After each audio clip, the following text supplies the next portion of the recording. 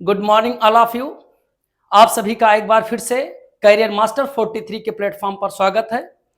आज हमारा एक टॉपिक है नेक्स्ट, जो कि आप बोर्ड पर देख पा रहे हैं, ट्रांसलेशन। यह बहुत ही इंटरेस्टिंग टॉपिक है। हर स्टूडेंट के अंदर जिज्ञासा होती है कि मुझे ट्रांसलेशन सीखना है। तो आइए आज हम बात करते हैं कि ट्रांसलेशन सीखने या बनाने से पहले क्या क्या उसके स्ट्रक्चर होते हैं, कैसे बनाते हैं। तो हम स्टार्टिंग करते हैं। तो उसका सबसे इंपॉर्टेंट टॉपिक होता है पहला साउंड।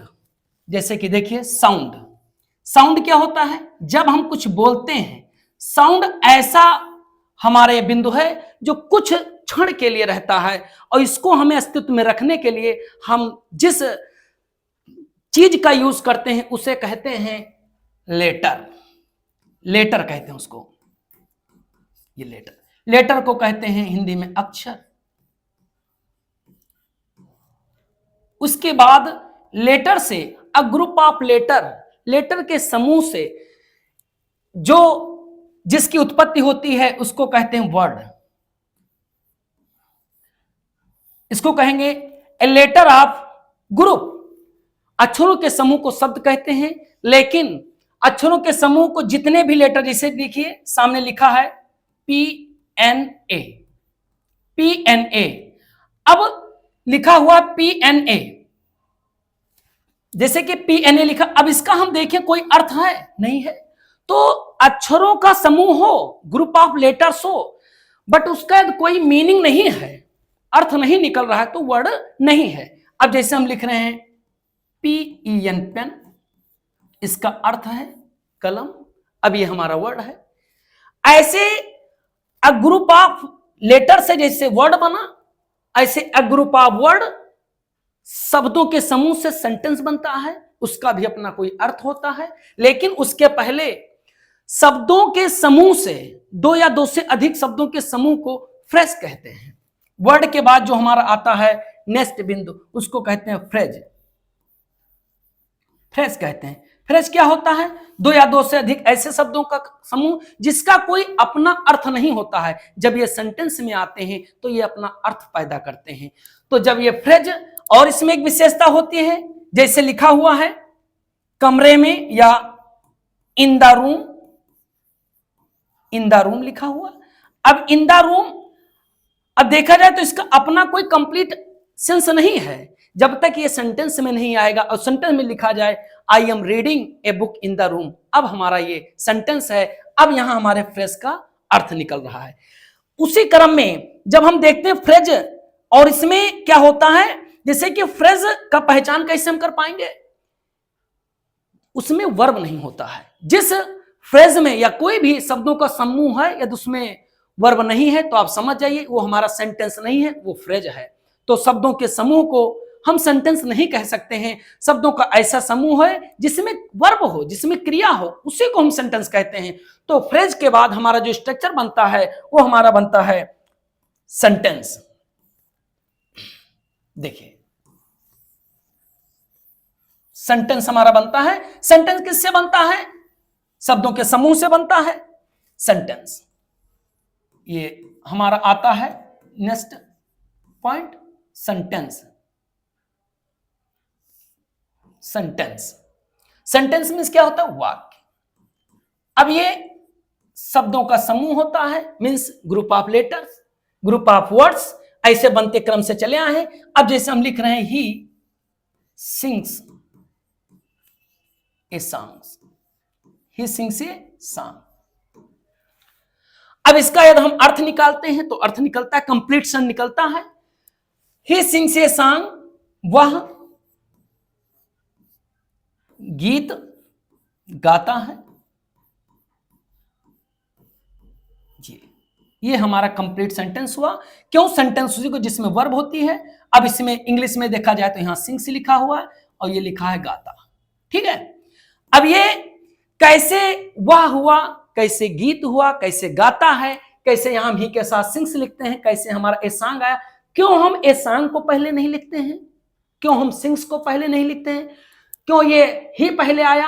ये सब स्ट्रक्चर है हमारा, इस पर हम बात करते हैं। सबसे पहले हम बात करते हैं कैसे हमारा सेंटेंस बना, कैसे इसका निर्माण हुआ। आइए हम बात करते हैं जैसे सबसे पहले हम बात करते हैं वर्ड पर। हमारे इस इंग्लिश लैंग्वेज में, या हम बात करें पूरे वर्ड में, शब्द जो होते हैं, वर्ड होते हैं, वो दो तरह से होते हैं। वर्ड हमारे दो प्रकार से होते हैं। बहुत इंपॉर्टेंट टॉपिक है, अच्छे से गौर करिएगा। आइए देखिए, वर्ड लिखा हुआ है। वर्ड के दो भाग होते हैं, ठीक। जैसे एक होता है बेयर वर्ड,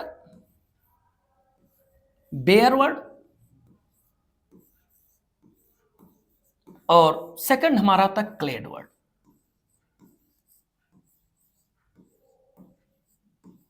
आपको ये नया लग रहा होगा, नया, बिल्कुल नया है। बेयर वर्ड उस शब्द को कहते हैं, यानी उस वर्ड को कहते हैं जिसमें प्रीपोजिशन नहीं होता है। हमारे इंग्लिश में केवल दो ही वर्ड होते हैं, एक तो विदाउट प्रीपोजिशन और एक होता है विथ प्रीपोजिशन, और तीसरा कोई वर्ड होता ही नहीं है।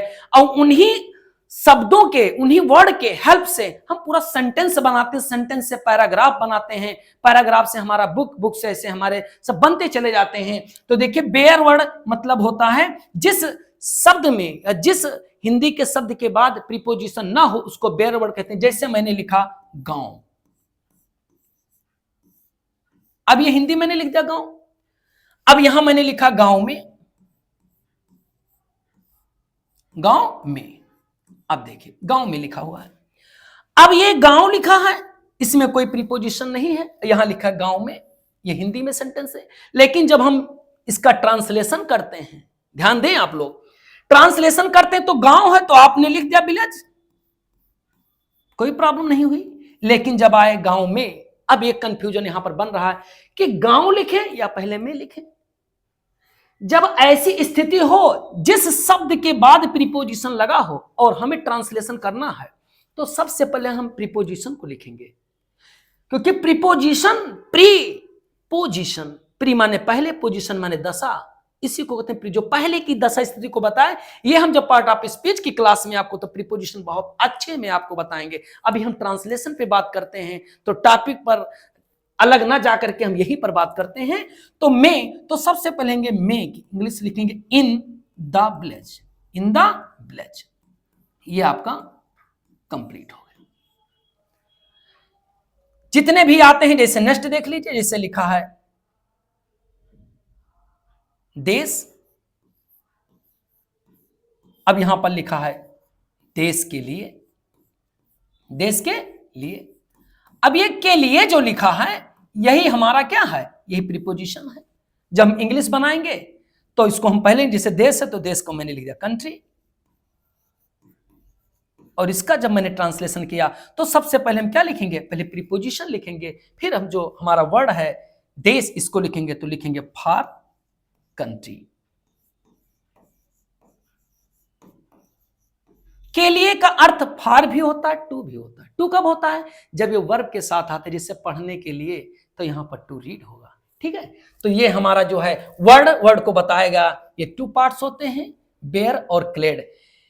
ये जब हमारे फ्रेज में होते हैं, मतलब जिसमें वर्ब नहीं होती है, तो हम वहां पर इनको बेयर वर्ड और क्लेड वर्ड कहते हैं। लेकिन जब ये सेंटेंस में आते हैं तो ये बेयर वर्ड में बदल जाता है और क्लेड वर्ड कंप्लीमेंट में बदल जाता है, जब ये सेंटेंस में आते हैं। और वैसे जब ये फ्रेज में आते हैं तो हम इनको क्या बोलते हैं, बेयर वर्ड बोलते हैं, बेयर वर्ड और क्लेड वर्ड कहते हैं। नेक्स्ट हम आते हैं, आपको चलेगा तो आप स्क्रीनशॉट ले सकते हैं, लिख सकते हैं। नेक्स्ट हम देखते हैं,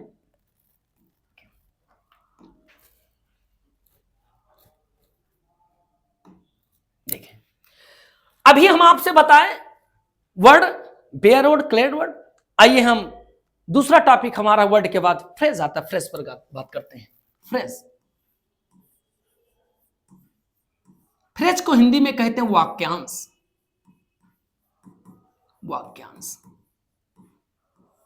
वाक्यांश। फ्रेज मीन्स क्या होता है, वाक्यांश। अब इसमें जैसे हम लिख रहे हैं गांव,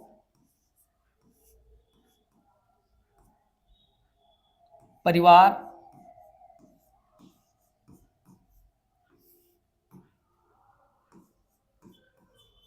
देश में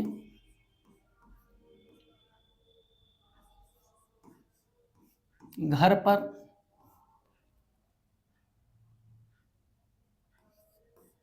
और बगीचा। मान लीजिए ऐसा मैंने लिख दिया। अब आपसे कहा जाए कि इसका ट्रांसलेशन करिए, तो इसमें जो है हमारा ये से देखिए, अब समस्या ये होती है जिससे गांव लिखा हुआ है, यहां परिवार लिखा हुआ है, यहां देश में लिखा है, घर पर लिखा है, बगीचा लिखा है, ऐसे लिखा। इस स्थिति में जब आपसे कहा जाए ट्रांसलेशन करने के लिए, तब आप क्या करेंगे? यहां पर हम ऐसी स्थिति में सबसे पहले हम बिना प्रीपोजिशन वाले शब्द को लिखेंगे। ये केवल कहां, ये फ्रेज में है, ये रूल फॉलो किया जाएगा। तो जब कई जगह जैसे देखिए गांव लिखा है, बिना प्रीपोजिशन वाला शब्द है, यहां परिवार लिखा है, इसमें देखिए प्रीपोजिशन नहीं लगा, देश में यहां पर प्रीपोजिशन लगा हुआ है, घर पर, घर के बाद देखिए पर लगा है प्रीपोजिशन, अब यहां बगीचा लिखा है। ऐसे कोई सेंटेंस यदि आता है, सेंटेंस फ्रेज यदि ऐसे आता है, तो जब हम इसका ट्रांसलेशन करते हैं तो सबसे पहले हम किसको लिखेंगे? बिना प्रीपोजिशन वाले शब्द। तो पहला हमारा गांव, तो हम लिखेंगे विलेज। फिर उसके बाद हमारा क्या है? परिवार, तो हम लिखेंगे फैमिली। अब लिखा है देश में, घर पर। अब हमारा एक बच रहा बगीचा, फिर बगीचा लिखेंगे गार्डन। फिर हम क्या लिखेंगे? देश में, जो पहले आएगा उसी को लिखेंगे, ये नहीं कि हम घर पर लिख देंगे। देश में, इन कंट्री, और ये हमारा बनेगा एट होम। इस तरह से हमारा जो ये कंप्लीट बनता है, इसको हम फ्रेज कहते हैं। इसका अपना अर्थ नहीं है। यहाँ पे जब ये सेंटेंस में आते हैं तो अपना अर्थ पैदा करते हैं। इसी क्रम में अब हमारा अगला आता है सेंटेंस। सेंटेंस, सेंटेंस, सेंटेंस क्या होता है? वाक्य। ये शब्दों का समूह होता है।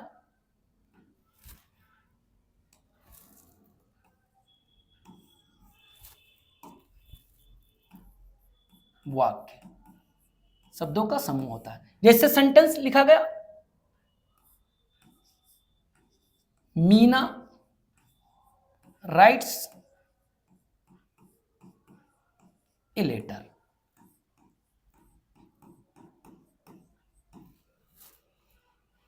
देखिए इसमें अक्षरों का समूह है। अक्षरों, देखिए अक्षरों का इसमें से समूह लेटर हुआ, और कई लेटर के कई वर्ड मिलके देखिए इसमें वर्ब है। जब वर्ब है तो हमारा सेंटेंस कहा जाएगा, और जब वर्ब ना हो तो उसको हम फ्रेज कहेंगे। ठीक है, अर्थ क्या निकलेगा? मीना एक पत्र लिखती है। मीना एक पत्र लिखती है। ये हमारा सेंटेंस कंप्लीट हुआ, इसका अपना अर्थ हुआ। यही अभी हम एक पत्र अलग लिखें, मीना अलग लिखें और लिखती है ना लिखें, तो हमारा सेंटेंस नहीं, ये फ्रेज कहा जाएगा। ऐसे क्रम में हमारे सीक्वेंस जितने भी होते हैं, सेंटेंस का अपना स्ट्रक्चर होता है। तो हमारा स्ट्रक्चर जो होता है सेंटेंस बनाने का, उसमें सबसे पहले हम लिखते हैं सब्जेक्ट, उसके बाद आता है वर्ब, फिर उसके बाद आता है ऑब्जेक्ट, ऑब्जेक्ट के बाद में आता है कंप्लीमेंट, और कंप्लीमेंट के बाद हमारा आता है एडवर्ब। ये हमारे स्ट्रक्चर में इतने जो है शब्द आते हैं, शब्द मिल करके एक सेंटेंस का निर्माण करते हैं। सब्जेक्ट एक भी शब्द का हो सकता है, एक से अधिक का हो सकता है। वर्ब हमारे दो हो सकते हैं, एक हेल्पिंग वर्ब, एक मेन वर्ब। और ऑब्जेक्ट हमारा दो हो सकता है, एक डायरेक्ट ऑब्जेक्ट और इनडायरेक्ट ऑब्जेक्ट। और हमारा कंप्लीमेंट जो होता है वो भी एक से अधिक हो सकता है, और एडवर्ब भी हमारा ऐसा हो सकता है। तो ये हमारा, अब मैंने आपको बताया कैसे सेंटेंस का निर्माण हुआ। अब अगली क्लास में हम आपको बताएंगे कि सेंटेंस के पार्ट्स कितने होते हैं। जैसे कि सेंटेंस के 2 पार्ट होते हैं, सब्जेक्ट और प्रेडिकेट। हम आपको बताएंगे सब्जेक्ट क्या होता है, उसमें सब्जेक्ट के पार्ट कौन कौन से होते हैं, प्रेडिकेट के कौन कौन से पार्ट होते हैं। फिर उसी क्रम में हम आपको बताएंगे सेंटेंस कितने प्रकार के होते हैं, सबका यूज बताएंगे। फिर ट्रांसलेशन का कैसे क्या चेंज करते हैं। ये आपको वीडियो अच्छी लगी हो तो लाइक और शेयर सब्सक्राइब जरूर कर, नए हैं तो आप। आज तक इतनी, और अगली वीडियो में हम आपको और पढ़ाएंगे ट्रांसलेशन का रूल्स पूरा कैसे पूरा आपको बताएंगे। थैंक्स।